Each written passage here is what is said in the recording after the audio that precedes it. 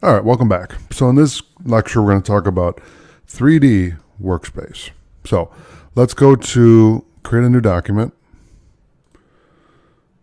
And we're going to label this 02 3D workspace. Okay, I'm going to hit OK. And what I want you to do is do File, Save As. And we're going to do 02.3D workspace. I'm going to hit save, and there you go. So now when I come in here, I'm going to go to Window.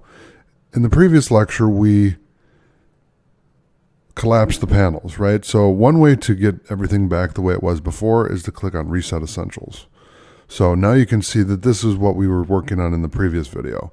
Now if I go to Workspace and I go to 3D, it's going to change everything again to that preset. So basically these different workspaces are presets of tools that you would use if you were doing the essentials, 3D, graphic and web, motion, painting, and photography.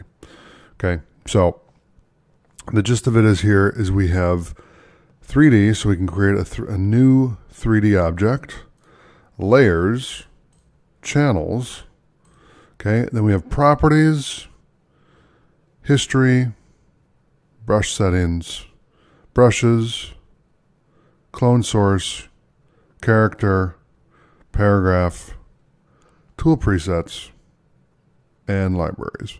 And then over here you can see we have the normal toolbar with all our main tools here. And we have a timeline down here, which you can't really see because it's kind of hiding. Let's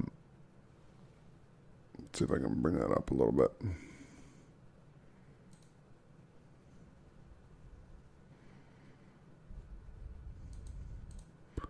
For right now, I'm going to close it. But so if I go back in here and I go to Workspace and I reset, then it's going to bring it back. Okay, now,